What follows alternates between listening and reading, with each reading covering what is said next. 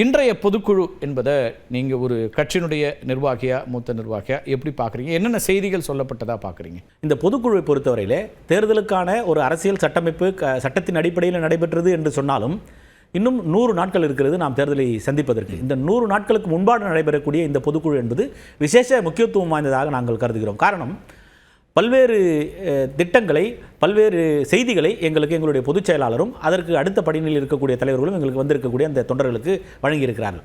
அதில் குறிப்பாக நாம் என்ன சொல்ல வேண்டும் என்று சொன்னால், இன்னும் 100 நாட்கள் இருக்கிறது. நாம் விழிப்போடு களமாட வேண்டும், எதிரிகளை வீழ்த்த வேண்டும். கடந்த தேர்தலில் கூட நாம் செய்த தவறின் காரணமாகத்தான் நம்முடைய ஆட்சி கட்டிலே நாம் எழுந்திருக்கிறோம். எதிரிகள் நம்மை வீழ்த்தி அவர்கள் ஆட்சி கட்டிலே அமரவில்லை. அதனால் நாம் செய்திருக்கிற சில தவறுகளின் அடிப்படையிலே தான் நம்ம ஆட்சி கட்டிலே. என்னவா சொல்றீங்க? எனக்கு புரியல. கூட இருந்த துரோகிகள்னு அதை சொல்றாங்க.